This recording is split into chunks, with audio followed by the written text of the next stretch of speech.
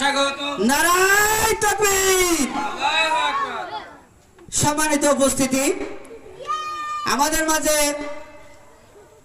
আজকে মাহফিলের বিশেষ মেহমান উপস্থিত হয়ে গেছেন। আপনারা দেখতে পাচ্ছেন উনি আসন গ্রহণ করেছেন। আসসালামু আলাইকুম ওয়া রাহমাতুল্লাহি ওয়া বারাকাতুহু। আপনারা সবাই কেমন আছেন? আলহামদুলিল্লাহ। সালামের উত্তর শুনে মনে হলো আপনারা সারাদিন রোজা ছিলেন, এখানে আসার আগে ইফতারি করেন নাই। কারা কারা রোজা ছিলেন হাত উঠান তো দেখি। কেউ রোজা ছিলেন না? বিভাগদের মানুষের জবানের গলায় এত আওয়াজ কম, এটা মেনে নেওয়া যায় না। দ্বিতীয়বার আবার পরীক্ষার জন্য বলছি, আসসালামু আলাইকুম ওয়া রাহমাতুল্লাহি ওয়া বারাকাতুহু।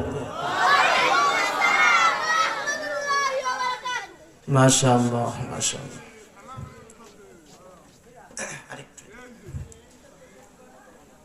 الحمد لله نحمده ونستعينه ونستغفره ونعوذ بالله من شرور أنفسنا ومن سيئات أعمالنا. من يهده الله فلا مضل له ومن يضلله فلا هادي له. ونشهد أن لا إله إلا الله وحده لا شريك له. ونشهد أن سيدنا وحبيبنا ومولانا محمدا عبد الله ورسوله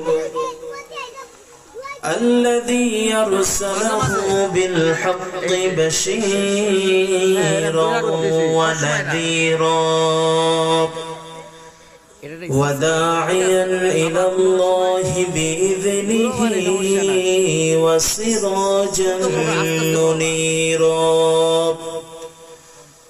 فقد قال الله تعالى في كلامه المجيد وفرقانه الحميد. সকলেই জবান খুলে পড়েন, আউযু বিল্লাহি মিনাশ শাইতানির রাজীম। বিসমিল্লাহির রাহমানির রাহিম। ইয়া الذين آمنوا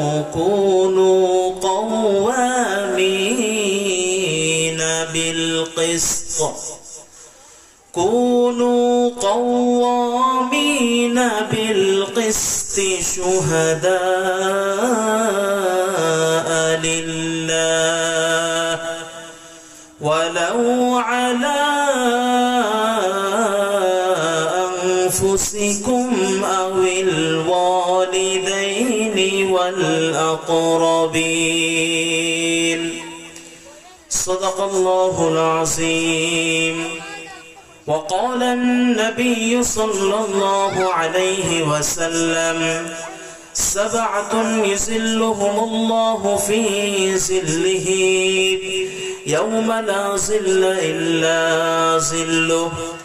إمام عادل وشاب نشأ في عبادة الله ورجل قلبه معلق بالمساجد ورجلان تحبا في الله اجتمعا عليه وتفرقا عليه ورجل دعته امرأة ذات منصب وجمال فقال إني أخاف الله إلى آخر الحديث. وقال الله تبارك وتعالى في كلامه المجيد وفرقانه الحميد إن الله وملائكته يصلون على النبي يا أيها الذين آمنوا صلوا عليه وسلموا تسليما اللهم صل على محمد وعلى آل محمد كما صليت على إبراهيم وعلى آل إبراهيم إنك حميد مجيد اللهم بارك على محمد وعلى آل محمد كما باركت على إبراهيم وعلى آل إبراهيم إنك حميد مجيد তুমি আসমানে থাকো প্রভু আমি জমিনে তবু তোমারি প্রেম জমে হৃদয় গহীনে আমি তোমারি গোলাম গো অন্য কারণ আলিমুল গায়ব তুমি মালিক রব্বানা আল্লাহু আল্লাহু আল্লাহু আল্লাহ সবাই আল্লাহু আল্লাহু আল্লাহু আল্লাহ আমাদের রবকে চিৎকার করে বলেন কে সেই আল্লাহর নাম উচ্চারণ করতে গিয়ে যদি আমার জবানটা ভেঙেও যায় কোনো সমস্যা আছে জমিন যার আইন চলবে তার কথা বলেন ঠিক কিনা আমাদের এই জমিন সৃষ্টি করেছেন কে আমরা একজনের গোলামি করব চিৎকার করে বলেন তিনি কে আল্লাহ পাক রব্বুল আলামিন সম্মানিত ভাইরা বিভাগটি উত্তরপাড়া দারুল কোরআন নুরানি ও হাফেজিয়া মাদ্রাসার উদ্যোগে 2 দিন ব্যাপী তাফসীরুল কোরআন মাহফিলের সমাপনী রজনীর সম্মানিত সভাপতি জনাব আলহাজ মোহাম্মদ মতিয়ার রহমান সাহেব উনি উপস্থিত হবেন ইনশাআল্লাহ উপস্থিত থাকবেন আজকের মাহফিলের সম্মানিত প্রধান বক্তা হযরত মাওলানা মোহাম্মদ মাহবুবুর রহমান সাহেব গতকালকে কথা বলেছেন বাংলাদেশের একজন সুপরিচিত সুমিষ্টভাষী বক্তা হযরত মাওলানা মুহিব্বুল্লাহ হাবিবি সাহেব খুবই চমৎকার কথা বলেছেন আশা করি আল্লাহ পাক রব্বুল আলামিন হযরতের কথাগুলিকে আমাদের জীবনে বাস্তবায়নের তৌফিক দান করেন জোরে বলি আমিন সম্মানিত উপস্থিতি যেহেতু সময় কম প্রধান বক্তা চলে আসবেন এজন্য আমরা কোনো ধরনের ভূমিকায় না গিয়ে কোরআনে কারীম থেকে সংক্ষিপ্ত পরিসরে একটি বিষয়ের উপর আলোচনা করব ইনশাআল্লাহ আপনারা কি শুনতে রাজি আছেন আজকের মাহফিলে আসতে পেরে আপনারা খুশি না বেজার আরো জোরে বলেন খুশি না বেজার যদি হয়ে থাকেন খুশি মুখে নিয়ে হাসি উঁচু করে কল্লা চিৎকার করে বলেন আলহামদুলিল্লাহ সবাই পড়েন রব্বানা লাকাল হামদ হামদান কাসীরান তাইয়িবান মুবারাকান ফীহি আমরা প্রশংসা করলাম কার সব কাজে প্রশংসা করব কার খাওয়ার সময় কার বসার সময় কার ওঠার সময় কার চুরি করার সময় কার বলে আল্লাহ চুরি করার সময় আল্লাহর প্রশংসা করা যাবে জোরে বলেন চুরি করাটাকে হারাম করেছেন কে? চুরি করাটা কখনো হালাল হতে পারে না। আজকে যদি বাংলার জমিনে চুরি করার বিধান থাকতো, আলোচনার ভিতরে আসবে আল্লাহ পাক কোরআনে কারিমের ভিতরে বলে দিয়েছেন, চোর যদি চুরি করে স্বভাবের কারণে, তাহলে তার হাত কেটে দাও, তার হাতটা কেটে দাও। তুকাত্তুআ আইদিহিম ওয়া আরজুলুহুম মিন খিলাফ, এক হাত কেটে দিতে বলেছেন, হাত পা কাটার কথাও আসছে। জোরে বলেন তো, যদি আজকে বাংলার জমিনে চুরি করার বিধান আসতো, তাহলে যেখানে একটা পদ্মা সেতু হওয়ার কথা, প্রায় 32টা পদ্মা সেতুর টাকা একজনের পেটের ভিতর যেত। কথা বলেন, যেত? 3 লক্ষ কোটি টাকা বাংলার জমিন থেকে পাচার হয়েছে। যদি চুরি করার বিধান থাকতো, প্রত্যেকটা চোরের আজকে হাত কাটা হতো। কথা বলেন ঠিক কিনা মুসলমান? এজন্য যে ব্যক্তির অ্যাকাউন্টের ভিতরে 56,000 কোটি টাকা রয়েছে, সেই ব্যক্তি আমার মতন এরকম মুখে দাঁড়িয়ে, মাথায় টুপি দিয়ে, চোখে চশমা পরে এক কনফারেন্সে বক্তব্য দিয়েছিল, এই কোরআনের ভিতরেও নাকি ভুল আছে। বলেন নাউজুবিল্লাহ। যে ব্যক্তি এই কথা বলতে পারে কোরআনের ভিতরে ভুল আছে, কোরআনের ভিতরে কখনো ভুল থাকতে পারে না। কারণ কোরআনটা ভুল ধরার চেষ্টা করেছিল আবু জাহেল, পারে নাই। কোরআন ভুল ধরার চেষ্টা করেছিল আবু লাহাব, পারে নাই। কোরআনে ভুল ধরার চেষ্টা করেছিল উতবা শাইবা, পারে নাই। কোরআনে ভুল ধরার চেষ্টা করেছিল ওলীদ ইবনে মুগরা, পারে নাই। তোমার মতন চোর কোরআনের ভুল ধরতেও পারবে না। কথা বলেন ঠিক কিনা? কোরআন কার বাণী? জোরে বলেন, কার বাণী? এই কোরআনের ভিতরে কোনো সন্দেহ আছে? বড় কোনো সন্দেহ নেই, মনে হয় ছোটখাটো সন্দেহ আছে। কোন সন্দেহ আছে? কারণ কোরআনটা নাজিল করেছেন কে? সম্মানিত ভাই, এর জন্য সব কাজে আমরা প্রশংসা করব কার? আল্লাহ পাক রব্বুল আলামিনের। একজন ব্যক্তি রাস্তা দিয়ে হেঁটে যাচ্ছে, যেতে যেতে যেতে যেতে প্রচন্ড কষ্ট হয়ে গিয়েছে। কষ্টের ভিতরে সাধারণত যখন একটা ছায়াদার ফলদার গাছ যখন আমরা দেখি, চিন্তা করি যে গাছের নিচে আমরা একটু বসি, বিশ্রাম নেই, তারপরে আবার যাব। ওই লোকটা চলতে চলতে চলতে চলতে একটা বিশাল বড় বট গাছের নিচে বসে পড়ছে, কষ্ট হয়ে গিয়েছে।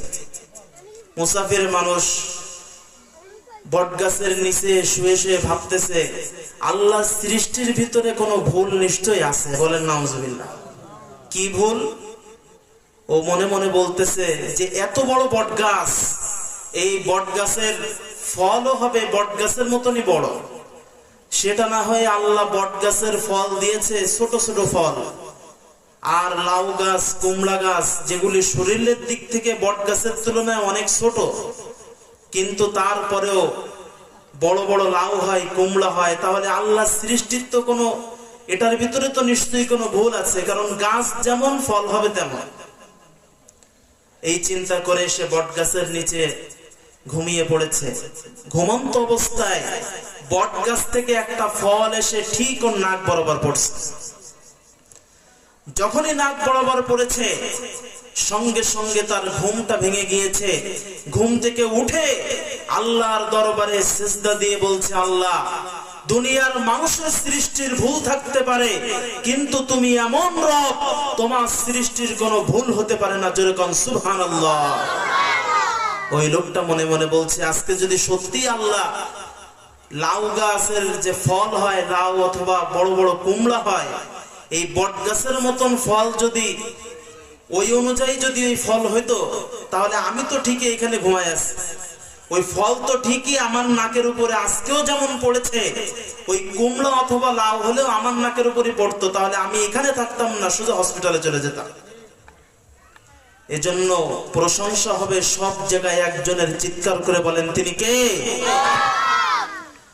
সেজন্য আল্লাহ পাক রব্বুল আলামিন কোরআনে কারীমের ভিতরে বলে দিয়েছেন, ولو أن ما في الأرض من شجرة أقلام والبحر يمد من بعده 7 أبحر ما نفدت كلمات الله جنب الله أكبر عرجل الله أكبر আল্লাহ পাক রব্বুল আলামিন বললেন, ও দুনিয়ার মানুষেরা, এই দুনিয়ার ভিতরে যতগুলি গাছ রয়েছে সমস্ত গাছগুলোকে যদি কলম বানায় দেওয়া হয়, আর এই দুনিয়ার ভিতরে যত সমুদ্র রয়েছে, যত নদী রয়েছে, সমস্ত সমুদ্রগুলোকে যদি, সমুদ্রের পানিগুলোকে যদি কলম বানায়, কালি বানায় দেওয়া হয়, গাছগুলোকে যদি কলম বানায় দেওয়া হয়, সমুদ্রের পানিগুলোকে যদি কালি বানায় দেওয়া হয়, এরপরে আল্লাহর প্রশংসা লিখতে শুরু করে দেওয়া হয়, প্রশংসা লিখতে লিখতে গাছ নামক কলমগুলি শেষ হয়ে যাবে, সমুদ্রের পানি নামক কালিগুলি শেষ হয়ে যাবে। এরপরে আবার আল্লাহ পাক বললেন 7 আবহর, একটা সমুদ্র শেষ হবে, আবার আরেকটা সমুদ্র শুরু হবে। এইভাবে করে 7টা সমুদ্রের পানি নামক কালি দিয়ে যদি আল্লাহর প্রশংসা তোমরা লিখতে শুরু করে দাও, লিখতে থাকবে, লিখতে থাকবে, গাছ নামক কলমগুলি শেষ হয়ে যাবে, পানি নামক কালিগুলি শেষ হয়ে যাবে, কিন্তু আল্লাহর প্রশংসা লিখে শেষ করা যাবে না। জোরে বলেন সুবহানাল্লাহ। এজন্য সবখানে আমরা প্রশংসা করব একজনের, চিৎকার করে বলেন তিনি কে? আল্লাহ পাক রব্বুল আলামিন। সম্মানিত ভাইরা, প্রধান বক্তা চলে আসবেন, সংক্ষিপ্ত আলোচনা করব। এই সংক্ষিপ্ত আলোচনার ভিতরে একটি বিষয় নিয়ে আলোচনা করব, সেটা হচ্ছে দুনিয়া একদিন শেষ হয়ে যাবে, কিয়ামত কায়েম হয়ে যাবে। কিয়ামতের ভয়াবহ অবস্থার ভিতরে সমস্ত মানুষ যখন ইয়া নাফসি করতে থাকবে, 7 শ্রেণীর মানুষ সেই দিন কিয়ামতের কঠিন ময়দানে আল্লাহর আরশের ছায়াতলে আশ্রয় পাবেন। জোরে বলেন কয় শ্রেণী? 7 শ্রেণী। নবীজি সাল্লাল্লাহু আলাইহি ওয়াসাল্লাম এই 7 শ্রেণীর মানুষের আলোচনা একটা হাদিসের ভিতরে করেছেন সংক্ষিপ্ত আকারে। ওই 7 শ্রেণীর মানুষের আলোচনা আমরা শুনবো ইনশাআল্লাহ। শেষ পর্যন্ত শুনতে রাজি আছেন তো? প্রধান বক্তা এখনো আসে নাই, আসতেছে।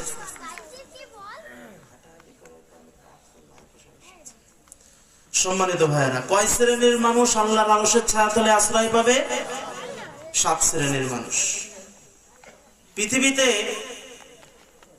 অনেক বড় একটি বিল্ডিং আছে, যে বিল্ডিং এর নাম হচ্ছে বুরুজ আল খলিফা। নাম শুনেছেন আপনারা? বুরুজ খলিফা নামে প্রসিদ্ধ। এই বুরুজ খলিফার যিনি মালিক ছিলেন, কোটি কোটি টাকা খরচ করে তিনি এই বিল্ডিংটা করেছেন। আপনারা বলেন তো, এই বুরুজ খলিফার যে মালিক, তিনি 1-2 বছর আগে দুনিয়া থেকে বিদায় নিয়েছেন। তাকে কি তার যত বড় বিল্ডিং অত বড় জায়গায় দাফন করা হয়েছে, নাকি আমার আপনার মতন 3.5 হাত কবরে দাফন করা হয়েছে? 3.5 হাত কবর। এজন্য আমার ভাইরা, মৃত্যুর চিন্তা করা লাগবে, আখিরাতের চিন্তা করা লাগবে, কিয়ামতের চিন্তা করা লাগবে। কিয়ামত এমন একটা দিন হবে, যেই দিন সম্পর্কে আল্লাহ পাক রব্বুল আলামিন কোরআনে কারীমের ভিতরে বলে দিয়েছেন, এই যে যত বড় আসমান দুনিয়ার ভিতরে আমরা দেখি, এই সমস্ত আসমানগুলি সেই দিন চূর্ণ বিচূর্ণ হয়ে যাবে। আসমানের তারকাগুলি খসে খসে পড়বে, পাহাড়গুলি ছিন্ন বিচ্ছিন্ন হয়ে যাবে, তুলার মতন উঠতে থাকবে। কবরের ভিতর থেকে মানুষগুলি সেই দিন উঠতে থাকবে, আর হাসরের ময়দানের দিকে দৌড়াইতে থাকবে। এত পরিমাণ ভয়ঙ্কর হবে সেই দিনটা। দুনিয়ার ভিতরে একজন বাবা তার সন্তানকে অনেক ভালোবাসে, একজন মা তার সন্তানকে অনেক ভালোবাসে, এত পরিমাণে ভালোবাসে, যখন নাকি সন্তানটা দুনিয়ার ভিতরে আসবে, বাবাকে যখন বলা হয় আপনার স্ত্রীর অবস্থা বেশি ভালো না, যদি সন্তানটাকে বাঁচাইতে হয় স্ত্রীকে দুনিয়া থেকে বিদায় করতে হবে। আর যদি সন্তানকে মেরে ফেলা হয় স্ত্রী দুনিয়ায় আসবে। এত পরিমাণে খারাপ অবস্থা। যখন নাকি একজন মা এই কথাটা শোনে, শোনার সঙ্গে সঙ্গে মা তার জবান দিয়ে বলেন, ও ডাক্তার, তার স্বামীকে লক্ষ্য করে বলেন, ও প্রাণের স্বামী, আমার সন্তানটা তুমি দুনিয়ার আলো দেখাও, আমার জীবন চলে যাক তাতে কোনো সমস্যা নাই। এত পরিমাণে সন্তানকে ভালোবাসে। সেই সন্তান কিয়ামতের কঠিন ময়দানে মায়ের সামনে যখন যাবে, সন্তান সেই দিন বলবে, না না, দুনিয়ার ভিতরে আমার কোনো মা ছিল না, দুনিয়ার ভিতরে আমার কোনো বাবা ছিল না। সেই মা কিয়ামতের ময়দানে বলবেন, না, দুনিয়ার ভিতরে আমার কোনো সন্তান ছিল না, আমার তো দুনিয়ার ভিতরে বিবাহ হয় নাই। আল্লাহ পাক কোরআনে কারীমের ভিতরে বলে দিয়েছেন, ইয়াউমা ইয়াফিরুল মারউ মিন আখিহি ওয়া উম্মিহি ওয়া আবিহি। আল্লাহ পাক রব্বুল আলামিন বলেছেন, কিয়ামতের দিনটা এত ভয়ঙ্কর হবে, সেই দিন সন্তান তার মাকে ছেড়ে পালিয়ে চলে যাবে, মা তার সন্তানকে রেখে চলে যাবে, বন্ধু চিনবে না। দুনিয়ার ভিতরে যত কাছের বন্ধু হোক, সেই দিন কেউ কারোর পরিচয় দিবে না, এমন কঠিন অবস্থা হবে। আল্লাহ পাক রব্বুল আলামিন বলে দিয়েছেন, বান্দারে, সেই কিয়ামতের কঠিন ময়দানে সূর্যটা তোমার মাথার উপরে থাকবে, 1 বিঘা উপরে থাকবে, মাথার ঘিলুটা টকবক করতে থাকবে, বেবে পড়বে, এত পরিমাণে ভয়ঙ্কর অবস্থা সেই দিন হবে। সেই কিয়ামতের কঠিন ময়দানে আল্লাহর নবীজি বলেছেন, 7 শ্রেণীর মানুষ আল্লাহর আরশের ছায়াতলে আশ্রয় পাবে। জোরে বলেন, কয় শ্রেণী? আরো জোরে, কয় শ্রেণী? জোর হলো না, আরো জোরে সবাই বলেন। 7 শ্রেণীর মানুষকে কিয়ামতের কঠিন ময়দানে আল্লাহর আরশের ছায়াতলে আশ্রয় দেওয়া হবে। আমরা এখানে যারা আছি, আমরা চাই কি চাই না যে সেই 7 শ্রেণীর মানুষের কোন এক শ্রেণীর অন্তর্ভুক্ত আমরা হই? আমরা চাই কি চাই না? চাই। সম্মানিত ভাইরা, 7 শ্রেণীর মানুষ আল্লাহর আরশের ছায়াতলে আশ্রয় পাবেন। তার ভিতরে 1 নম্বরে নবীজি বলেছেন, ইমামুন আদিল, ন্যায়পরায়ণ শাসক, ন্যায়পরায়ণ বাদশা। কিয়ামতের কঠিন ময়দানে 7 শ্রেণীর মানুষকে আল্লাহ পাক আরশের ছায়াতলে আশ্রয় দিবেন। তার ভিতরে 1 নম্বর হচ্ছে ইমামুন আদিল, ন্যায়পরায়ণ বাদশা। একজন ন্যায়পরায়ণ শাসক, তার কতটা প্রয়োজন আমার দেশে। যদি আজকে আমার দেশে একজন ন্যায়পরায়ণ শাসক থাকতো, তাহলে হাজার হাজার এই ছাত্রদের খুন, মানুষের খুন, নিরীহ হাফেজদের খুন এই বাংলার জমিনে হতো না। কথা বলেন ঠিক কিনা? আল্লাহ পাক রব্বুল আলামিন এই ব্যাপারে কোরআনে কারীমের ভিতরে বলে দিয়েছেন, ইয়া আইয়ুহাল্লাযীনা আমানু কুনু কাওয়ামিনা বিল কিসতি শুহাদা লিল্লাহ। জোরে বলেন আল্লাহু আকবার। আল্লাহ পাক রব্বুল আলামিন বলেন, হে ঈমানদারেরা, তোমরা দুনিয়ার ভিতরে ন্যায় বিচার কায়েম করবে, ন্যায় বিচার প্রতিষ্ঠা করবে। এই ন্যায় বিচার প্রতিষ্ঠা করতে গিয়ে হয়তোবা সেটা তোমার নিজের জীবনের বিরুদ্ধে চলে যাবে, অথবা তোমার মা বাবা সন্তানের বিরুদ্ধে চলে যাবে, অথবা সেইটা তোমার আত্মীয় স্বজনের বিরুদ্ধে চলে যেতে পারে। আল্লাহ পাক রব্বুল আলামিন বললেন, তারপরেও ন্যায় বিচার করা লাগবে। ন্যায় বিচারের ক্ষেত্রে সব থেকে বড় বাধা হলো, সব থেকে বড় বাধা ন্যায় বিচারের ক্ষেত্রে হলো, সব সময় যখন নিজের ক্ষেত্রে ন্যায় বিচারের কথা আসে, স্বজন প্রীতি সব সময় ন্যায় বিচারে বাধা দেয়। কথা বলেন ঠিক কিনা? এজন্য জুমার দিন যখন খতিব সাহেব খুতবা দেয়, একটা কথা জুমার দিন খতিব সাহেব প্রত্যেক জুম্মায় বলে, কোরআনের আয়াতে আল্লাহ বলেছেন, ইন্নাল্লাহা ইয়ামুরু وتعاونوا بالعدل والإحسان আল্লাহ পাক রব্বুল আলামিন বলে দিয়েছেন বান্দারে নিশ্চয়ই আল্লাহ পাক তোমাদেরকে ন্যায় বিচারের কথা বলে দিয়েছেন। ন্যায় বিচারের সবথেকে বড় বাধা হলো স্বজনপ্রীতি, দলপ্রীতি। যখন নাকি একটা বিষয় সামনে আসে চিন্তা করে এই তো আমার লোক, এ তো আমার দলের লোক, এ তো আমার নিজের লোক, এই জন্য এর ক্ষেত্রে এত কড়া বিচার করা যাবে না, বরঞ্চ যত ভাবে ধামা চাপা দেওয়া যায় সব ভাবে ধামা চাপা দেওয়া লাগবে, এমন বিচার আছে না নাই? জোরে বলেন আছে না নাই? দীর্ঘ 16টি বছর ধরে আমরা দেখেছি যখন নাকি বিচারের কথা আসে যে কোনো ভাবে হোক সত্য ধামা চাপা পড়ে যায় আর মিথ্যাটাকে প্রকাশিত করা হয়। কথা বলেন ঠিক কিনা? ন্যায় বিচার প্রতিষ্ঠা করেছেন হযরতে ওমর রাদিয়াল্লাহু আনহু। তার কলিজার টুকরা সন্তান আবু শাহমা মদ পান করেছেন। মদ তো বলা যায় না, নাবিস একটি খাবার আছে, এই খাবারটা সে পান করেছে। ইসলামের বিধান হচ্ছে এই জাতীয় খাবার যখন কোনো ব্যক্তি খাবে তাকে 80টা চাবুকের আঘাত তাকে মারা লাগবে। যখন নাকি বিচারকের কাছে বিচার গেল, হযরতে ওমর রাদিয়াল্লাহু আনহুর সন্তান আব্দুল্লাহ বিচারকের কাছে গিয়ে বললেন যে বিচারক সাহেব, আমার এই ভাই তো নাবিস পান করে ফেলেছে, তাকে তো নিয়ম অনুযায়ী 80টা বেতের বাড়ি তাকে দিতে হবে, চাবুকের বাড়ি তাকে দিতে হবে। সুতরাং আমার বাবা অত্যন্ত রাগী। হযরতে ওমর রাদিয়াল্লাহু আনহু, যদি আপনি এই 80টা বেতের বাড়ি আপনি নিজ হাতে দেন একটা ঘরের ভিতরে, তাহলে তার কোরআন এবং হাদিস অনুযায়ী যেহেতু তাকে 80টা মারা হয়েছে তার শাস্তিটা মওকুফ হবে, আপনি একটু দিয়ে দেন।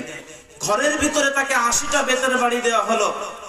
ঘটনাক্রমে এই খবর যখন হযরতে ওমর রাদিয়াল্লাহু আনহু শুনলেন, শোনার সঙ্গে সঙ্গে তিনি বললেন চলে আসো মদিনায়। মদিনার বাইরে ছিলেন তারা, মদিনায় আসতে বললেন। মদিনায় আসার পরে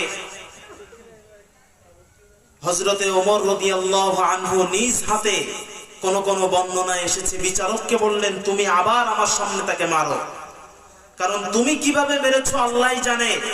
আমার কলিজার টুকরা সন্তান যেহেতু মদ পান করেছে, নাবিস পান করেছে, তার শাস্তি এমন ভাবে দিতে হবে যেন আর কেউ কখনো এই ধরনের শাস্তি, এই ধরনের খারাপ কাজ করতে না পারে। আজকে যদি এই ধরনের মন মানসিকতা আমার সোনার বাংলাদেশে থাকতো, তাহলে চিৎকার করে বলবেন এই বাংলার জমিন থেকে হাজার হাজার কোটি টাকা পাচার হতো।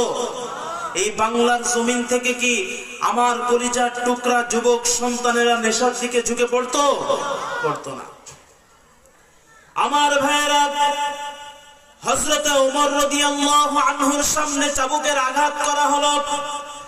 4-5টা আঘাত যখন করা হয়েছে, হযরতে ওমর রাদিয়াল্লাহু আনহু বললেন না, তুমি যে জোরে চাবুক মারতেছো এই ধরনের চাবুক মারা আমার পছন্দ হচ্ছে না, আমার হাতে চাবুকটা তুলে দাও, আমি ওমর নিজ হাতে আমার সন্তানের বিচার করব। হযরত ওমর রাদিয়াল্লাহু আনহু চাবুকটা হাতে নিলেন। হাতে নেওয়ার পরে শরীরের যত শক্তি ছিল সমস্ত শক্তি দিয়ে চাবুকের আঘাত শুরু করলেন। 1টা 2টা আঘাত করে যখন নাকি 30টা বেতের বাড়ি মেরেছেন, 30টা চাবুকের বাড়ি যখন তার শরীরে মেরেছেন, তার শরীর থেকে ফিনকি দিয়ে রক্ত বের হওয়া শুরু হয়ে গেল। একজন ব্যক্তি দৌড় দিয়ে চলে গেলেন হযরত ওমরের স্ত্রীর কাছে, যে বললেন আমিরুল মুমিনিনের স্ত্রী, আপনার সন্তান নাবিস পান করার কারণে তাকে মদিনায় মসজিদে নববীর সামনে তাকে শাস্তি দেওয়া হচ্ছে। এই মুহূর্তে হযরতে ওমর রাদিয়াল্লাহু আনহু তাকে শাস্তি দিচ্ছেন। যদি আপনি এই মুহূর্তে তাকে না বাঁচান, তার এত জোরে চাবুকের আঘাত করা হচ্ছে, আমার মনে হয় 80টা বেতের বাড়ি দেওয়ার আগে তিনি মৃত্যুবরণ করবেন। সঙ্গে সঙ্গে স্ত্রী চলে গেলেন হযরত ওমরের কাছে, যে বললেন প্রাণের স্বামী আমার, যেই কয়টা চাবুকের বাড়ি আপনি মেরেছেন, আমার সন্তানের শরীরের ভিতর দিয়ে রক্ত ফিনকি দিয়ে বের হতেছে। আল্লাহর কসম করে বলি, বাকি যেই কয়টা চাবুকের বাড়ি আছে, প্রত্যেকটা চাবুকের বাড়ির বিনিময়ে একটা করে উট আমি সদকা করব। মেহেরবানি করে আমার সন্তানকে ছেড়ে দেন, আর একটা চাবুকের বাড়ি তার শরীরের ভিতরে মারবেন না। হযরত ওমর ছিলেন ইসলামের একজন প্রকৃত শাসক। কারোর কথা শুনলেন না, সাহাবীদের কথা শুনলেন না, স্ত্রীর কথা শুনলেন না। চাবুকের পরে চাবুকের আঘাত করা শুরু করে দিয়েছেন। কোন কোন বর্ণনা এসেছে 50টা চাবুকের আঘাত যখন মারলেন, আবু শাহমা দুনিয়া থেকে বিদায় নিয়ে চলে গেল। দুনিয়া থেকে বিদায় নিয়ে চলে যাওয়ার পরে হযরত ওমর রাদিয়াল্লাহু আনহু চিন্তা করলেন, এখনো পর্যন্ত 30টা চাবুকের বাড়ি বাকি আছে। আমার সন্তান দুনিয়া থেকে বিদায় নিয়ে চলে গিয়েছেন। যদি আর 30টা বেতের বাড়ি চাবুকের বাড়ি না মারি, আল্লাহর কাছে আমার জবাব কিয়ামতের ময়দানে দেওয়া লাগবে। সাহাবীদেরকে বললেন, ও আমার ভাইরা, এই মুহূর্তে চলে যাও, আমার সন্তানের গোসলের ব্যবস্থা করো, কাফন দাফনের ব্যবস্থা করো, তার শরীরটা ধুয়ে দাও সুন্দর করে। সুন্দর করে শরীরটা যখন ধুয়ে দেওয়া হলো, কবরের ভিতরে রাখার পরে মাটি চাপা দেওয়ার পরে কোন কোন বর্ণনা এসেছে, কোন কোন কিতাবে এসেছে, হযরতে ওমর রাদিয়াল্লাহু আনহু বাকি 30টা চাবুকের বাড়ি ওই কবরের উপরে মেরেছেন। 80টা চাবুকের বাড়ি মারার পরে হযরতে ওমর রাদিয়াল্লাহু আনহু ঘরের ভিতরে চলে গেলেন। তার মাথার নিচে যেই বালিশটা থাকতো, বালিশটাকে বুকের ভিতরে জড়িয়ে ধরে হযরতে ওমর রাদিয়াল্লাহু আনহু কাঁদতেছেন। চোখের পানি ফেলান, নিজের দাড়ি ভিজে যায়। স্ত্রী বলেন, নিজের সন্তানকে নিজে মেরে আবার আপনি কাঁদতেছেন। সঙ্গে সঙ্গে হযরত ওমর বললেন, ও আমার স্ত্রী, সন্তান হত্যা করার জন্য দুনিয়ার ভিতরে আমি খলিফাতুল মুসলিমিন আসি নাই। সন্তানকে হত্যা করার জন্য আমি ওমর দুনিয়াতে আসি নাই, বরঞ্চ সন্তানের হক, পিতার হক, মাতার হক, এইগুলি প্রতিষ্ঠা করার জন্য দুনিয়াতে আমি এসেছি। কিন্তু আল্লাহ পাক তো কোরআনে বিধান দিয়ে দিয়েছেন, আমি যদি আমার কলিজার টুকরা সন্তানের বিচার না করি, সমস্ত মুসলমানেরা বলবেন ওমর নিজের সন্তানের বিচারটা কোরআন অনুযায়ী করলো না। অর্ধ জাহানের বাদশা হযরত ওমর, দুনিয়ার মানুষ তাকে ভয় পায়, শয়তান পর্যন্ত তাকে ভয় পায়। সেই ওমর দুনিয়ার ভিতরে দুনিয়ার মানুষের বিচার করেছে, কিন্তু ওমর নিজের সন্তানের বিচার দুনিয়াতে করে নাই। কিয়ামতের কঠিন ময়দানে এই ধরনের কথা যদি সেই দিন আল্লাহ পাক আমাকে জিজ্ঞাসা করেন, আমি ওমর সেই দিন কি জবাব দেব? এই জন্য দুনিয়াতে আমার সন্তানের বিচার করে গেলাম। জোরে কোন সুবহানাল্লাহ, জোরে বলা যাবে না আল্লাহু আকবার। ন্যায় বিচার প্রতিষ্ঠা করেছেন হযরত ওমর রাদিয়াল্লাহু আনহু। আজকে ওমরের মতন একটা শাসক আমার জমিনে দরকার, কথা বলেন ঠিক কিনা? আজকে ওমর রাদিয়াল্লাহু আনহুর মতন একটা শাসক যদি আমার সমাজে আসে, আল্লাহর কসম করে বলি, এই বাংলার জমিন থাকবে না, বাংলার জমিন জান্নাতে পরিণত হবে। কথা বলেন ঠিক কিনা মুসলমান? সম্মানিত ভাইরা, ন্যায় বিচার, নবীজি বলেছেন ইমামুন আদিল, ন্যায় বিচার প্রতিষ্ঠা করা লাগবে, ন্যায় বিচার প্রতিষ্ঠা করা লাগবে। আল্লাহর নবী সাল্লাল্লাহু আলাইহি ওয়াসাল্লাম তার জীবনে ন্যায় বিচার প্রতিষ্ঠা করেছেন কিভাবে? নবীজি সাল্লাল্লাহু আলাইহি ওয়াসাল্লামের জীবদ্দশায় একজন মহিলা, খুবই দামি মহিলা, সম্মানিত মহিলা, এলাকার ভিতরে তার অনেক সম্মান, এমন একজন মহিলা চুরি করেছে। যখনই চুরি করেছে জানাজানি হয়ে গেল, সাহাবায়ে কেরাম বললেন, এই মহিলার চুরির কথা যদি নবীজি শোনেন, এই মহিলার চুরির কথা যদি এলাকার সমস্ত মানুষজন জেনে যায়, তাহলে ওই এলাকার মান সম্মান থাকবে না। সাহাবায়ে কেরাম সবাই মিলে ওয়াসামা ইবনে যায়েদ রাদিয়াল্লাহু আনহুকে বললেন, আপনি যান, আপনি গিয়ে নবীজিকে বলেন, ইয়া রাসূলুল্লাহ, যেহেতু এই ওয়াসামাকে নবীজি অনেক মহব্বত করতেন, অনেক ভালোবাসতেন। সাহাবায়ে কেরাম বললেন, আপনি গিয়ে নবীজির কাছে একটু সুপারিশ করেন যেন তার চুরির বিধান অনুযায়ী তার যে হাত কাটার শাস্তিটা আছে, এই শাস্তিটা যাতে একটু মওকুফ করে দেওয়া হয়। আপাতত এই সম্মানিতা মহিলার জন্য এই বিধানটা যাতে কার্যকর না করা হয়। ওয়াসামা বিন যায়েদ রাদিয়াল্লাহু আনহু নবীজির কাছে গেলেন, গিয়ে যখন প্রস্তাব দিলেন, ইয়া রাসূলুল্লাহ, যে চুরি করা মহিলা চোর ধরা পড়েছে, এই মহিলা অমুক এলাকার একজন সম্মানিতা মহিলা, আপনি একটু সম্মানের খাতিরে তার হাত কাটার শাস্তিটা একটু থামিয়ে দেন, যাতে এলাকার মান সম্মান না কমে। আমার ভাইয়েরা, এই কথা যখন বিশ্ব নবী শুনলেন, আল্লাহর নবী শোনার সঙ্গে সঙ্গে হযরতে ওয়াসামাকে বললেন, ওয়াসামা রে, আজকে যদি ওই মহিলার কাছে, যদি ওই মহিলা চুরি করেছে, মহিলার বদলে যদি আমার সন্তান হতো, ওই মহিলা তো সম্মানের পাত্র, এলাকার ভিতরে মহিলার অনেক সম্মান রয়েছে, এই জন্য তোমরা আমার কাছে এসেছো, মহিলার যাতে হাত কাটা না হয়। আমি বিশ্ব নবী ঘোষণা দিলাম, আজকে যদি মহিলার পরিবর্তে আমার কলিজার টুকরা ফাতেমা যদি আজকে চুরি করতো, আল্লাহর কসম করে বলি, আমার ফাতেমার হাত কাটতে আমি বিশ্ব নবী দ্বিধাবোধ করতাম না। জোরে কোন সুবহানাল্লাহ। ন্যায় বিচার প্রতিষ্ঠা করেছেন আল্লাহর নবী সাল্লাল্লাহু আলাইহি ওয়াসাল্লাম। এজন্য কিয়ামতের কঠিন ময়দানে 7 শ্রেণীর মানুষ আল্লাহর আরশের ছায়াতলে আশ্রয় পাবেন। তার ভিতরে 1 নাম্বার কি বলেন তো? ন্যায়পরায়ণ শাসক। ন্যায় বিচার করতে হবে, ন্যায়পরায়ণ বাদশা সেই দিন আল্লাহর আরশের ছায়াতলে আশ্রয় পাবেন। একজন শাসক যিনি হবেন, তাকে কোরআন সম্পর্কে জানতে হবে। আজকে আমাদের সমাজের অবস্থা এমন হয়ে গিয়েছে, আপনি একজন নেতাকে ডেকে বলেন যে আপনার কথাই তো 7 গ্রামের মানুষ ওঠে আর বসে, আপনি আসেন একটু আমাদেরকে কোরআন তেলাওয়াত করে শোনান। কি উত্তর দিবে? যে না না না, আজকে কোরআন তেলাওয়াত করতে পারবো না, আরেকদিন শোনাবো। কেন শোনাতে পারবেন না? কারণ তিনি তো কোরআন শরীফ পড়তে পারেন না, তিনি তো হাদিস পড়তে পারেন না, তিনি তো নামাজই পড়তে পারেন না। এক পর্যায়ে তাকে বলা হলো, আপনি কোরআনে কারিমে সূরা নাসটা একটু শোনান। জোর জবরদস্তি করার পরে যখন সূরা নাস তেলাওয়াত শুরু করেছে, সূরা নাসের ভিতরে আছে আল্লাযী ইউওয়াসবিসু ফি সুদুরিন নাস, আছে না নাই? পড়তে পড়তে সূরা নাস, কুল আউযু বিরাব্বিন নাস, মালিকিন নাস, ইলাহিন নাস, মিন শাররিল ওয়াসওয়াসিল খান্নাস, ইউওয়াসবিসু আর উচ্চারণ হচ্ছে না, বলে আল্লাযী ইউওয়াসবিসু ফি সুদুরিন নাস।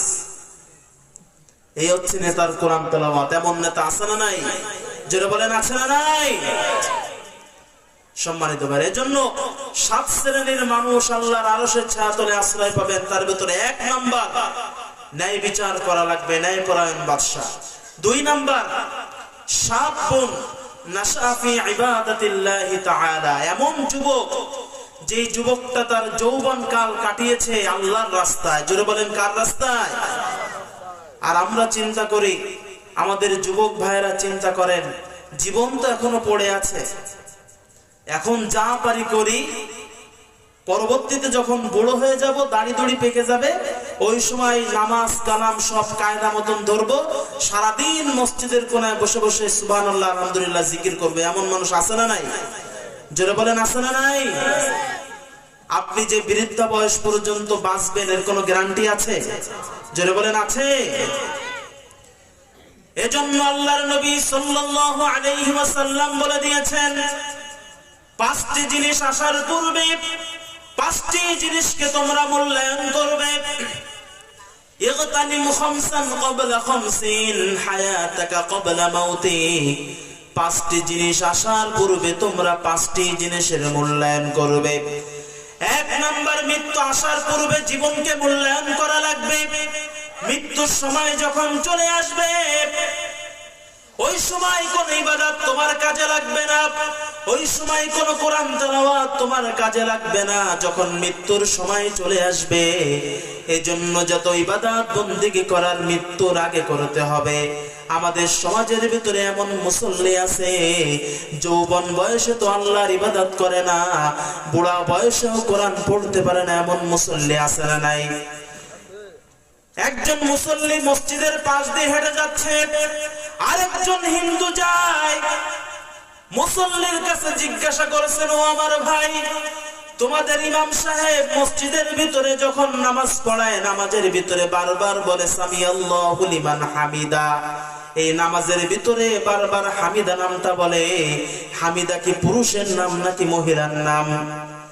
সঙ্গে সঙ্গে মুরব্বী বলেন, ও আমার ভাই, এতদিন পর্যন্ত তুমি যে প্রশ্নটা আমাকে করলে, একই প্রশ্ন আমার মনের ভিতরে আছে।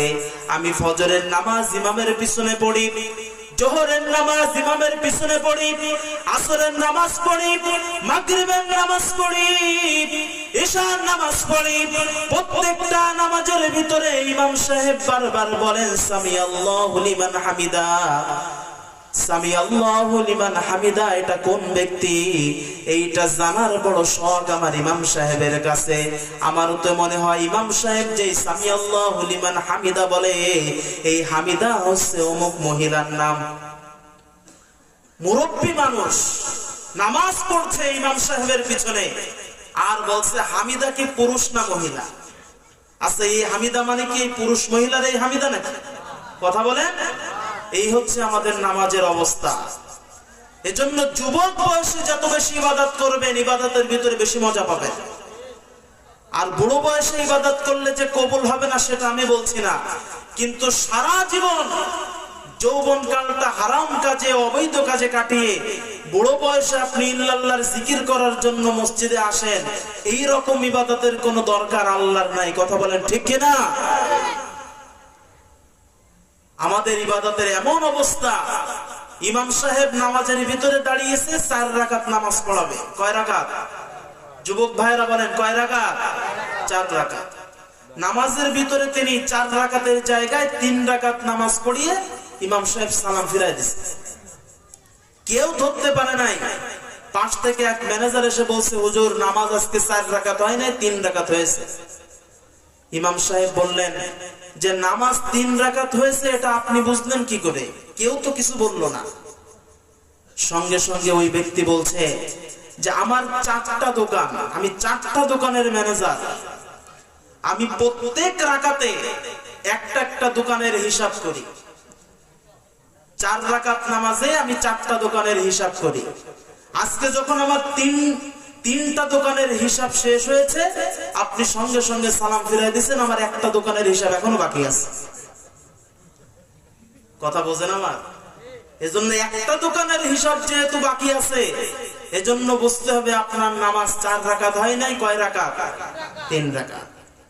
এই নামাজ কি আল্লাহর কাছে কবুল হবে? এই ইবাদত আল্লাহর কাছে কবুল হবে? আমার ভাইরা, আল্লাহর নবী বলেছেন 5টি জিনিস আসার পূর্বে 5টি জিনিসকে মূল্যায়ন করো। 1 নম্বর, মৃত্যু আসার পূর্বে জীবনকে মূল্যায়ন করা লাগবে। 2 নম্বর হলো শাবাবাকা ক্বাবলা হারামিক, বৃদ্ধ বয়স আসার পূর্বে যৌবন কালকে মূল্যায়ন করা লাগবে। যৌবন বয়সের ইবাদত আল্লাহর কাছে অনেক প্রিয়।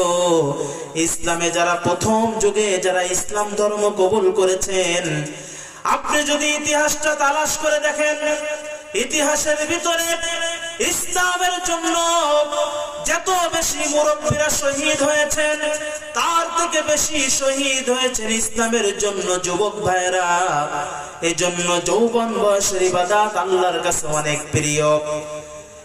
সাহাবায়ে কেরামের একটা ঘটনা আপনাদেরকে শোনায় সামনে যাব। আল্লাহর নবীর একজন সাহাবী, নাম হযরত আব্দুল্লাহ রাদিয়াল্লাহু আনহু।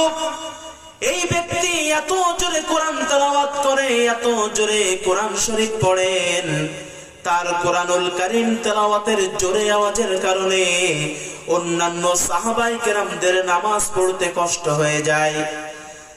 পাশে যদি একজন জোরে কোরআন তেলাওয়াত করেন আর আপনি যদি নামাজ আদায় করেন, স্বাভাবিকভাবে আপনার নামাজে সমস্যা হবে। প্রতিদিন আপনার নামাজের ভিতরে জোরে জোরে কোরআন তেলাওয়াত করার কারণে নামাজে সমস্যা হয়ে যায়। হযরতে ওমর রাদিয়াল্লাহু আনহু সহ 7-8 জন সাহাবী মিলে বিশ্ব নবীর কাছে গেলেন নালিশ করার জন্য। হযরতে ওমর বললেন, ইয়া রাসূলুল্লাহ, ওই যে আপনার সাহাবী হযরতে আব্দুল্লাহ রাদিয়াল্লাহু আনহু সারাটা দিন এত জোরে কোরআন তেলাওয়াত করে, এত জোরে কোরআন তেলাওয়াত করেন, যুবক মানুষ, তার শরীরে জোর বেশি, তার জবানের ভিতরে আল্লাহ অনেক জোর দিয়েছিলেন, এত জোরে কোরআন তেলাওয়াত করেন, আমরা নামাজ পড়তে পারি না, নামাজের ভিতরে ডিস্টার্ব হয়ে যায়, তাহাজ্জুদ পড়তে পারি না, নামাজে কষ্ট হয়ে যায়।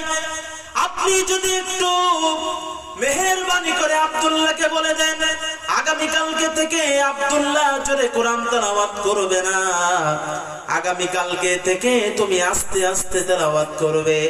আল্লাহর নবী সাল্লাল্লাহু আলাইহি ওয়াসাল্লাম হযরতে ওমরকে লক্ষ্য করে বললেন, ওমর, তুমি কি জানো নাকি আমার আব্দুল্লাহ সম্পর্কে তুমি কি নালিশটা করলে? আব্দুল্লাহর ঈমান কত মজবুত তুমি কি জানো নাকি? এই আব্দুল্লাহর পুরো নাম ছিল আব্দুল উজ্জা। অনেক বড় একজন ধনী ব্যক্তির সন্তান।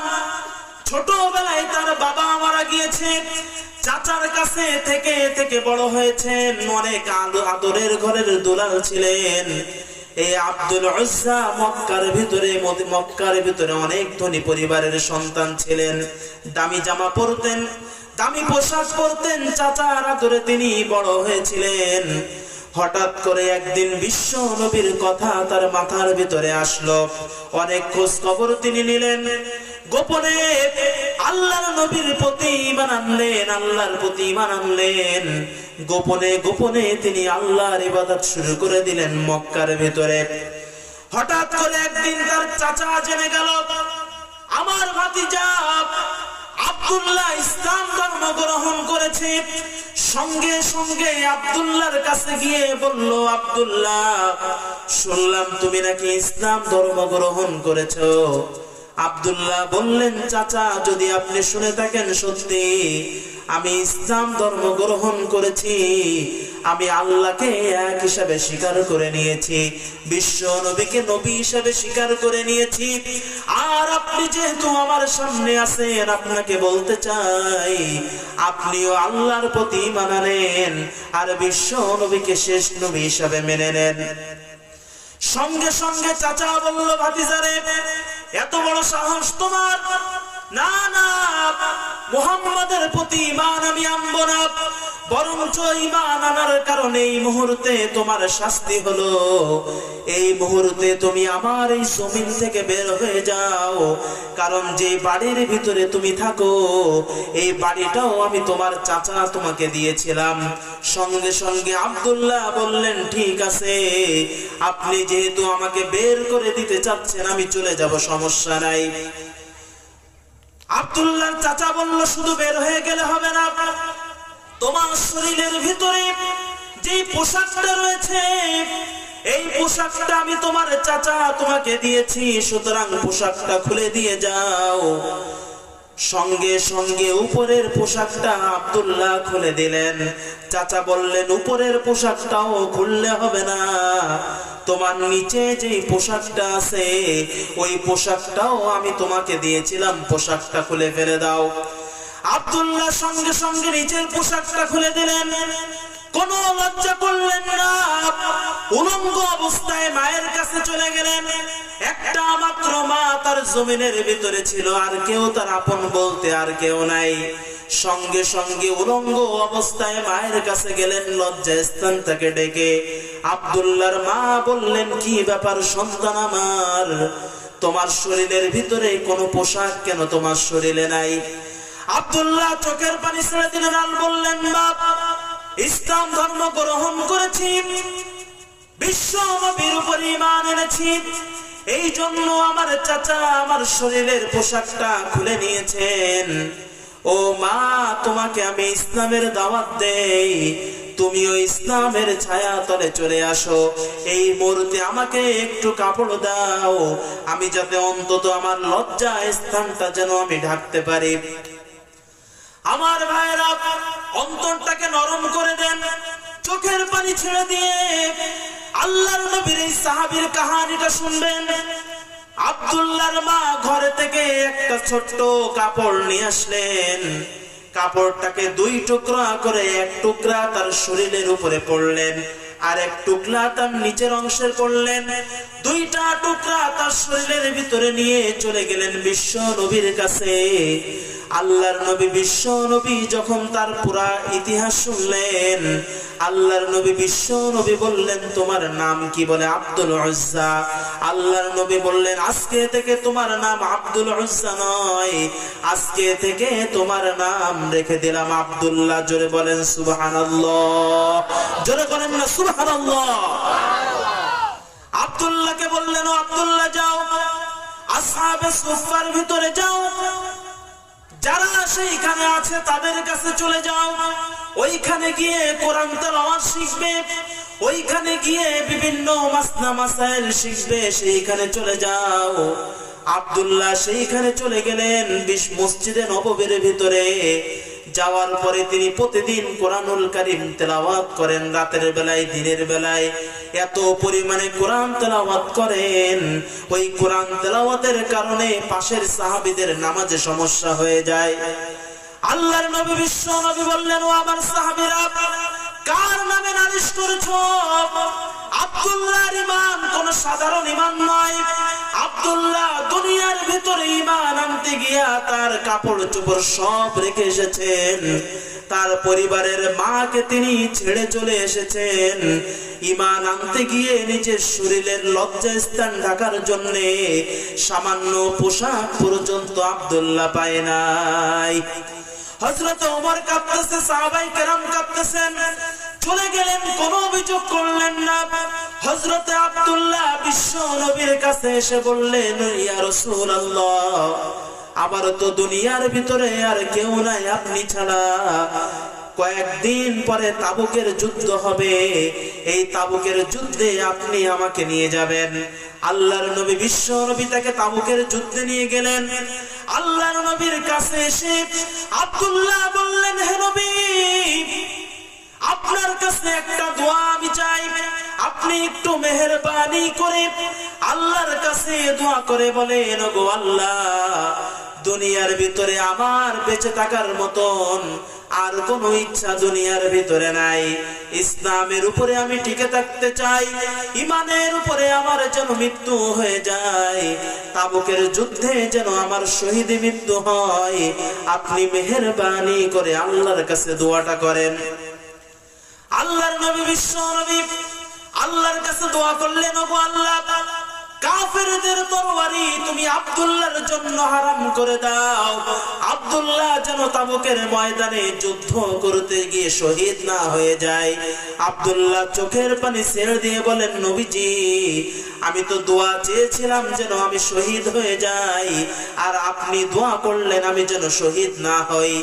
সঙ্গে সঙ্গে বিশ্ব নবী বললেন, এই যুদ্ধের ময়দানে যদি তুমি কোনো রোগে আক্রান্ত হয়ে মারা যাও, এরপরেও আল্লাহ তোমাকে শহীদি মর্যাদা দিবেন। জোরে বলেন সুবহানাল্লাহ।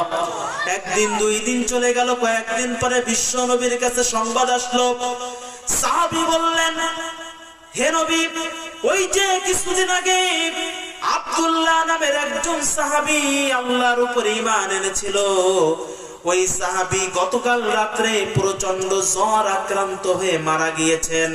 আল্লাহর নবী বিশ্ব নবী সাহাবায়ে কেরামকে বললেন, ও আমার সাহাবীরা, আব্দুল্লাহর গোসলের ব্যবস্থা করো, আব্দুল্লাহর কাফন দাফনের ব্যবস্থা করো, আমি বিশ্ব নবী আব্দুল্লাহর জানাজা নিজে পড়াবো। জোরে বলেন সুবহানাল্লাহ। আব্দুল্লাহকে কবরে নামানোর সময় কবরের ভিতরে একজন দাঁড়ালেন, আব্দুল্লাহর মাথায় একজন ধরলেন, আব্দুল্লাহর পা একজন ধরলেন। কবরের ভিতরে যিনি ছিলেন তিনি বললেন, তোমার ভাইকে সাবধানে নামাবে, সুন্দরভাবে তাকে কবরের ভিতরে নামাবে, তাকে কবরে নামানোর ক্ষেত্রে যেন কোনো ধরনের কোনো অসম্মান না হয়। যিনি কবরে দাঁড়িয়ে এই ঘোষণা দিচ্ছেন তিনি অন্য কোনো ব্যক্তি নন, তিনি হলেন বিশ্বনবী মুহাম্মদুর রাসূলুল্লাহ সাল্লাল্লাহু আলাইহি ওয়াসাল্লাম। মাথা যিনি ধরেছেন তিনি হচ্ছেন হযরতে আবু বকর, পায়ের কাছে যিনি ছিলেন হযরতে ওমর। দুইজন মিলে আব্দুল্লাহর লাশটা নিয়ে কবরে নামাচ্ছেন, আর কবরের কাছে দাঁড়িয়ে যিনি লাইট ধরে রেখেছেন তিনি হচ্ছেন হযরতে বেলাল রাদিয়াল্লাহু আনহু। এই দৃশ্য যখন তিনি দেখলেন, পাশ থেকে হযরতে আব্দুল্লাহ ইবনে মাসউদ রাদিয়াল্লাহু আনহু তিনি বলছেন, আজকে যদি আব্দুল্লাহর জায়গায় যদি আমার লাশটা হতো, যেই লাশের জানাজা স্বয়ং বিশ্ব নবী পড়েছেন, যেই লাশের মাথার কাছে আবু বকর ধরেছেন, যেই লাশের পায়ের কাছে হযরতে ওমর ধরেছেন, আর বিশ্ব নবী তার লাশের কাছে দাঁড়িয়ে বলছেন, আল্লাহকে সাক্ষী রেখে ওগো আল্লাহ, আজকের দিন পর্যন্ত আমি আব্দুল্লাহর উপরে খুশি হয়ে গেলাম, তুমি আল্লাহ তার উপর খুশি হয়ে যাও। আব্দুল্লাহ ইবনে মাসউদ বলছেন, আজকে যদি তার লাশের জায়গায় আমি আব্দুল্লাহ ইবনে মাসউদের লাশটা হতো, তাহলে আমার জীবনটা সার্থক হয়ে যেত। জোরে কোন সুবহানাল্লাহ। সম্মানিত ভাইরা, যুবক ছিলেন আব্দুল্লাহ দুল বাজাদাইন, যুবক বয়সে ইসলামের জন্য নিজেকে বিলিয়ে দিয়েছেন। এজন্য যৌবন বয়সে আল্লাহর ইবাদত করা এটা আল্লাহর কাছে অনেক বেশি প্রিয়। 2 নাম্বার, যারা যৌবন বয়সে আল্লাহর ইবাদত করে, আল্লাহর নবী সাল্লাল্লাহু আলাইহি ওয়াসাল্লাম বলেছেন তাদেরকে কিয়ামতের কঠিন ময়দানে আল্লাহর আরশের ছায়াতলে আশ্রয় দেবেন। তাহলে কয় শ্রেণীর মানুষ আল্লাহর আরশের ছায়াতলে আশ্রয় পাবে? জোরে বলেন তো। 7 শ্রেণী। কয় শ্রেণী? তার ভিতরে 2টা চলে গেল। 3 নাম্বার, নবীজি সাল্লাল্লাহু আলাইহি ওয়াসাল্লাম বলেছেন 3 নাম্বার হচ্ছে রাজুলুন কলবুহু মুআল্লাকুন বিল মাসাজিদ, এমন একজন ব্যক্তি যেই ব্যক্তির অন্তরটা সব সময় মসজিদের জন্য লেগে থাকে। জোরে বলেন সুবহানাল্লাহ। মসজিদের জন্য তার হৃদয়টা কাঁদে। সমাজের ভিতরে এই ধরনের মানুষ অল্প আছে, বেশি নাই। নবীজি বলেছেন মসজিদের জন্য তার অন্তরটা সব সময় কাঁদে। এটা 2টা ব্যাখ্যা। 1 নাম্বার হচ্ছে নিজের পরিবার পরিজনের যেমন খোঁজ খবর নেয়, ওই রকম ভাবে মসজিদেরও খোঁজ খবর সেই ব্যক্তি নেয়। আপনারা একটু জোর আওয়াজে বলেন তো, আমরা যেমন নিজের পরিবারের খোঁজ খবর নেই, ওই রকম খোঁজ খবর কি মসজিদের জন্য আমরা নেই? একজন মসজিদের ইমাম সাহেবকে আমরা কয় টাকা বেতন দেই? তারপরেও যদি ইমাম সাহেব 1 মিনিট লেট করে আসে, হাজারো ইমাম সাহেবের বদদুয়া আমরা করতে থাকি, গীবত করতে থাকি। ইমাম সাহেব যদি একটু আমার মতন এরকম মোটা তাজা হয়, বলে 30 দিন 30 বাড়ি কি খাওয়া খেয়েছে, কথা বলেন। আর যদি ইমাম সাহেব একটু চিকন ল্যাংড়া পাতলা হয় আমার হুজুরের মতন, তাহলে বলে ফকিরি বিদ্যা শিখেছে, খাবে কি, কপালে তো খাওয়া জোটে না, কথা বলেন ঠিক কিনা? এমন বলে না? এই ধরনের কোনো কথা ইমাম সাহেবকে বলা যাবে না। এই ধরনের কোনো কথা মসজিদের মুয়াজ্জিনকে বলা যাবে না। মসজিদের খাদেমকে এই ধরনের কোনো কথা বলা যাবে না। আপনি লক্ষ কোটি টাকা কামাই করতে পারেন, কিন্তু একজন মসজিদের ইমামের মূল্য, মুয়াজ্জিনের মূল্য আপনার কোটি টাকার থেকে অনেক বেশি, কথা বলেন ঠিক কিনা? ইমাম সাহেব নতুন ইমামতির দায়িত্ব নিয়েছেন, মনে মনে চিন্তা করলেন আজকে যেহেতু প্রথম জুমার নামাজ আদায় করাবো, প্রথম জুমায় আজকে আলোচনার বিষয় হবে সুদ। কি বিষয়? সুদের বিষয়। সুদ নিয়ে কোরআন হাদিসে ঘেটে ঘেটে অনেক সুন্দর বয়ান ইমাম সাহেব করেছেন। বয়ান যখন শেষ হয়ে গেল, নামাজ পড়ানোর পরে মসজিদ থেকে বের হবে, সভাপতি সাহেব মসজিদের গেটের কাছে দাঁড়ায় আছে। চেহারাটা দেখে মনে হচ্ছে যেন আমাবস্যার কালো রাতটা চেহারার ভিতরে নাজিল হয়েছে। সভাপতি সাহেব ইমাম সাহেবের হাতটা ধরে বললেন, যে ইমাম সাহেব আপনি কি ভালো আছেন? বলে আছি। ইমাম সাহেব বললেন, আপনার চেহারা মলিন দেখাচ্ছে কেন? তখন সভাপতি বললেন যে হুজুর, আপনি নতুন ইমামতির দায়িত্ব পেয়েছেন, এলাকার প্রত্যেকটা মানুষ জানে যে আমি একজন সুদখোর, আমি সুদ খাই। আপনি ইমাম সাহেব নতুন হয়ে কি করে জানলেন আমি সুদ খাই? আর আপনি যেহেতু জেনেছেন, কেন আপনি মসজিদের ভিতরে আমার নামে বললেন যে এই বিচার আপনার আজকে হবে? আচ্ছা, ইমাম সাহেব কি জানে যে সভাপতি সুদখোর? এ কি জানে? আসমান থেকে জিব্রাইল এসে বলে দিয়ে গেছে? ইমাম সাহেব চিন্তা করলেন যে না, সুদের বয়ান আর জীবনে করব না। আগামী জুম্মায় আমি বয়ান করব ঘুষ নিয়ে। কি নিয়ে? ঘুষ। ঘুষ নিয়ে কোরআন এবং হাদিসের ভিতরে যত কথা আছে সমস্ত কথাকে নোট করে এনে ইমাম সাহেব সুন্দর মতন বয়ান করলেন। বয়ান শেষ করে ইমাম সাহেব যখন রুমের ভিতরে বসছে, সেক্রেটারি মহোদয় রুমের ভিতরে ঢুকে বলছে, হুজুর আপনার আজকে খানা কোন বাড়ি? বলে আপনার বাড়ি। তখন সেক্রেটারি বলছে, আজকে আমার বাড়িতে খাবার আনার আপনার দরকার নাই, খাবার বন্ধ।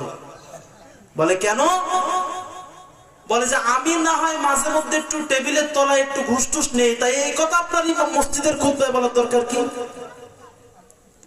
এই কথা আপনি কেন বললেন? আচ্ছা বলেন তো, সেক্রেটারি যে ঘুষ খায় এটা ইমাম সাহেব জানে? ইমাম সাহেব চিন্তা করলেন, কোন এলাকায় নামাজ পড়ায়, সুদের বিষয়ে বললেও দোষ, ঘুষের বিষয়ে বললেও দোষ, এই বিষয়ে জীবনে কোনোদিন এই মসজিদে আলোচনা করবো না। তৃতীয় জুম্মা ইমাম সাহেব নামাজ পড়াবেন, চিন্তা করলেন সুদও হবে না, ঘুষও হবে না। তৃতীয় জুম্মা আলোচনা হবে পর্দার বিষয় নিয়ে। পর্দার বিষয়ে যত কোরআনের ভিতরে আয়াত আছে সব আয়াত এক জায়গায় করলেন। পর্দার বিষয়ে যত হাদিস আছে হাদিসের ভিতর থেকে বাছাই করে করে সবগুলি এক জায়গায় করলেন। ভালো করে প্রস্তুতি নিলেন। শুক্রবারে জুমার নামাজের সময় সুন্দর করে পর্দার বিষয়ে কথা বললেন। পর্দার সম্পর্কে কথা বলার পরে যখন নামাজ শেষ হয়ে গিয়েছে, নামাজ শেষ হওয়ার পরে সব মুসল্লি চলে যায়। মসজিদের যিনি ক্যাশিয়ার ছিলেন তা সে ওই দিন মসজিদ থেকে যায় নাই। ক্যাশিয়ার সাহেব মসজিদ থেকে সেই দিন যায় নাই। মুসল্লি চলে যাওয়ার পরে ইমাম সাহেবের কাছে গিয়ে বলছে, ইমাম সাহেব আপনি বেতন নেন কার কাছ থেকে? বলে আপনার কাছ থেকে, আপনি তো মসজিদের ক্যাশিয়ার, বেতন জানে আপনি তো মাস শেষে দেন। বলে এই মাসে আপনি তো নতুন আসছেন, আজকের দিন পর্যন্ত আপনার যত টাকা বেতন এই নেন দিয়ে দিচ্ছি, আগামী জুম্মাতে আপনার আসার দরকার নেই। ইমাম সাহেব বললেন, কেন? আমি তো সুদের বিষয়ে ঘুষের বিষয়ে কোনো কথা বলিনি, আমি তো পর্দা নিয়ে কথা বলেছি, তাহলে আমার বিদায় হবে কেন? বলে হুজুর আমার ঘরের ভিতরে আমার বউ এবং আমার যুবতী মেয়ে এই দুইটা মাঝে মধ্যে শর্ট ড্রেস পরে বাইরে যায়, এলাকার মানুষ জানে। মাঝে মধ্যে একটু বাইরে যায়, ড্যান্স দেয়, ডিস্কো করে, গান বাজনা করে, এলাকার মানুষ জানে।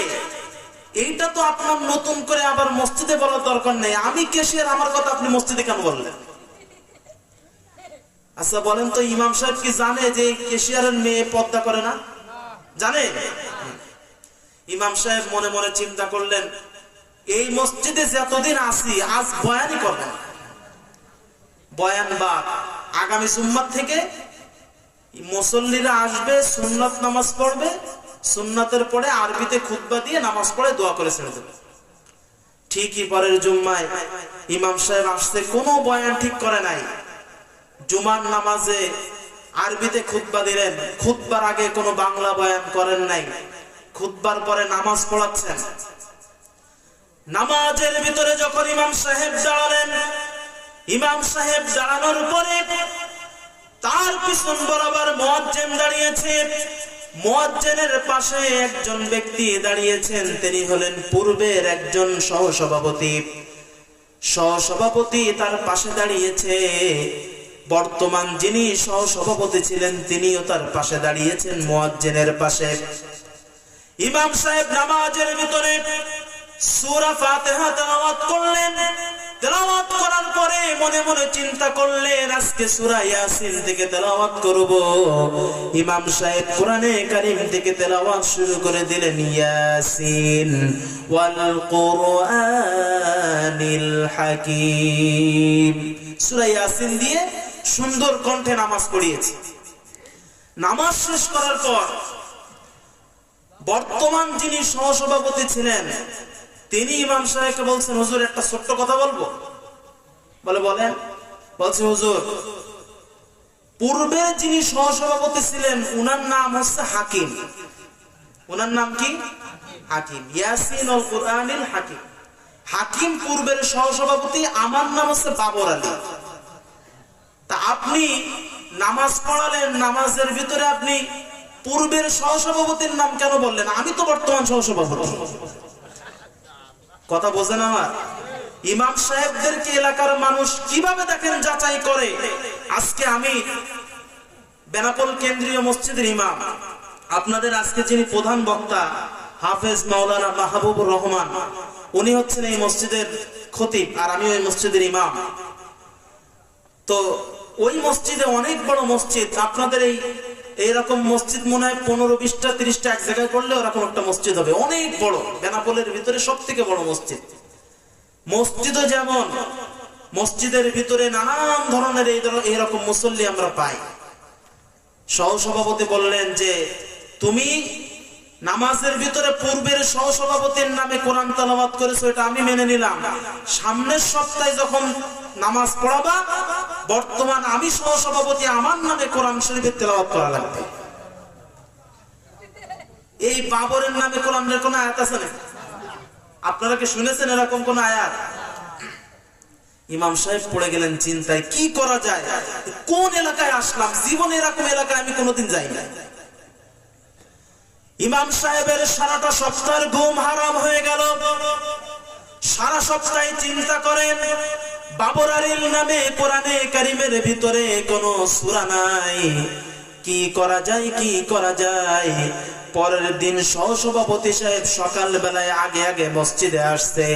মসজিদে যখন তিনি এসেছেন, বাড়ির থেকে সুন্দর করে নতুন পাঞ্জাবি পায়জামা পরে এসেছেন, গায়ের ভিতরে আতর লাগালেন, সেন্ট লাগালেন, আগে আগে ইমাম সাহেবের পিছনে বসলেন, আর মনে মনে চিন্তা করলেন, এতদিন পর্যন্ত ইমাম সাহেব হাজার হাজার ব্যক্তির নাম বলে দিয়েছে, আজকে আমি এই এলাকায় এমন একজন ব্যক্তি যার নাম ধরে কোরআন তেলাওয়াত হবে, নামাজের ভিতরে সুন্দর করে সেজে এসেছে।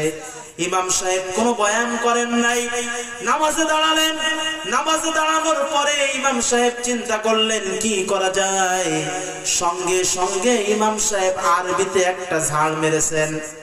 ইমাম সাহেব আরবিতে একটা বাক্য বললেন, বাক্যটা কি আপনারা শুনতে চান? শুনতে চান? সবাই শুনতে চান?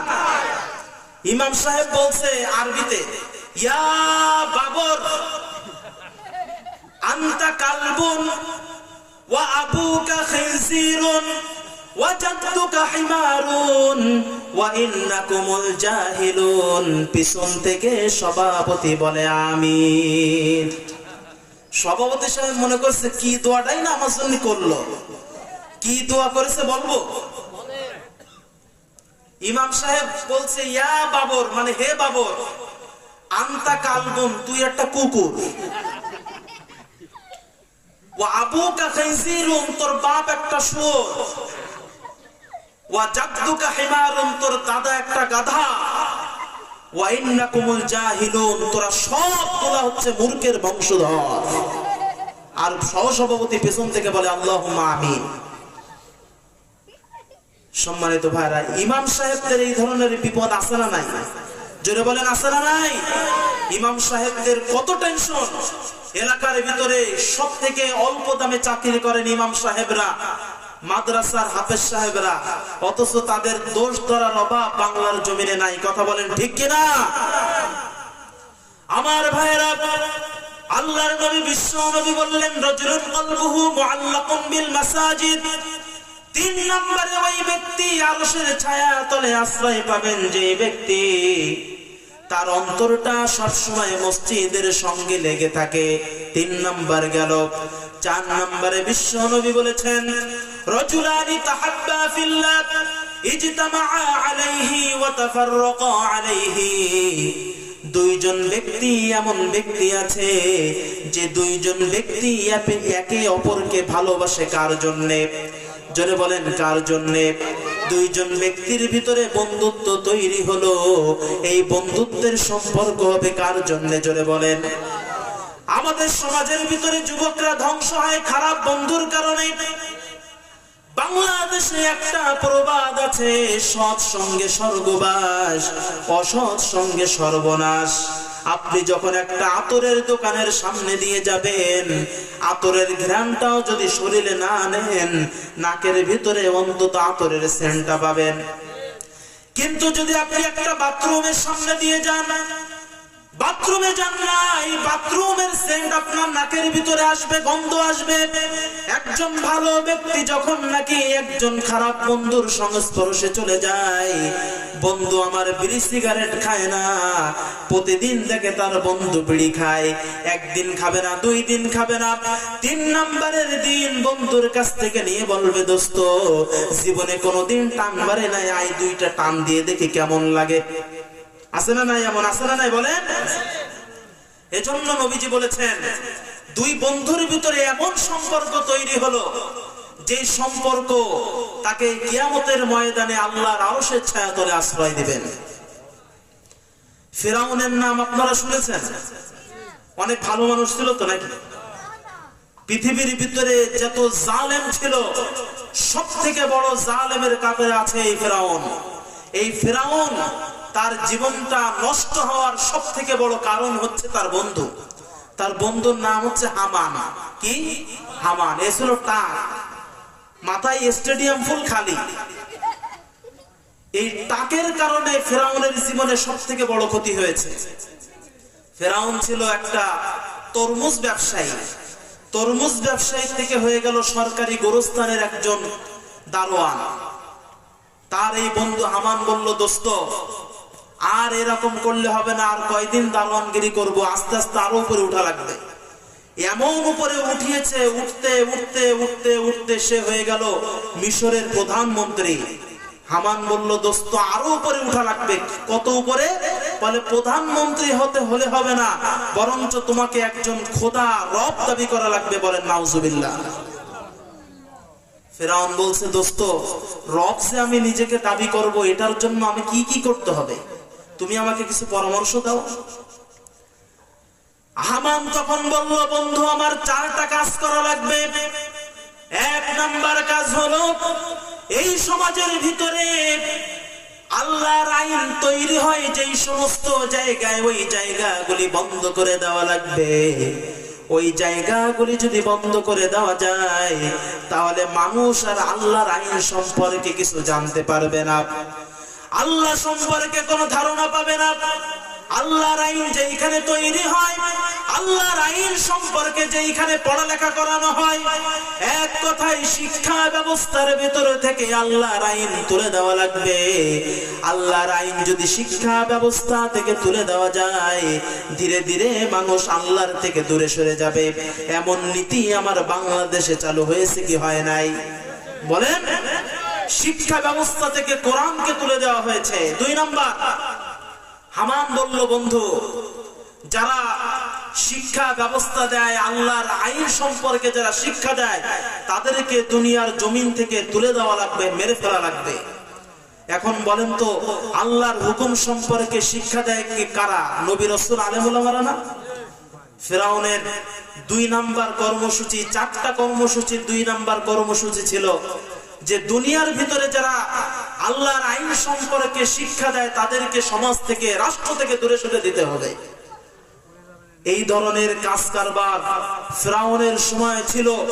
ইতিপূর্বে আমরা দেখেছি শিক্ষা ব্যবস্থা থেকে কোরআনকে তুলে দেওয়া হয়েছে। শুধুমাত্র তাই নয়, যারা কোরআন শিক্ষা দেয়, হাদিস শিক্ষা দেয়, আল্লাহর কোরআনের কথা বলে, দ্বীনের কথা বলে, তাদেরকে লাঞ্ছিত, অপমানিত করে জেলখানার ভিতরে ভরা হয়েছে। কথা বলেন ঠিক কিনা? সম্মানিত ভাইরা আমার, এজন্য ফিরাউনের সময়ে এই ধরনের কাজ কারবার ছিল, এখনো আছে। ফিরাউনের 3 নাম্বার কর্মসূচি, নারী এবং পুরুষের একই জায়গায় কাজের ব্যবস্থা করে দিতে হবে। এইটা তো আমাদের সমাজে নাই, আছে না নাই? জোরে বলেন। ফিরাউনের 4 নাম্বার কর্মসূচি ছিল, নারী পুরুষ যখন নাকি এক জায়গায় কাজ করবে, একে অপরের ভিতরে মহব্বত, ভালোবাসা তৈরি হয়ে যাবে, একে অপরকে ভালোবাসবে। একে অপরের ভিতরে যখন ভালোবাসা তৈরি হয়ে যাবে, তারপরে একে অপরের সঙ্গে মিলন করবে অবৈধভাবে। এইভাবে করে একজন দুইজন করতে করতে সমাজের ভিতরে জারো সন্তান পয়দা হয়ে যাবে। এই 4টা কর্মসূচি হামান ফেরাউনকে দিয়েছিল। আজকে আমাদের সমাজের ভিতরে এই ধরনের কর্মসূচি আমরা দেখতে পাই। সমাজের ভিতরে কোরআন থেকে, কোরআনের শিক্ষা ব্যবস্থা শিক্ষা থেকে তুলে দেওয়া হয়েছে। যারা কোরআনের শিক্ষা দেয় দুনিয়ার ভিতরে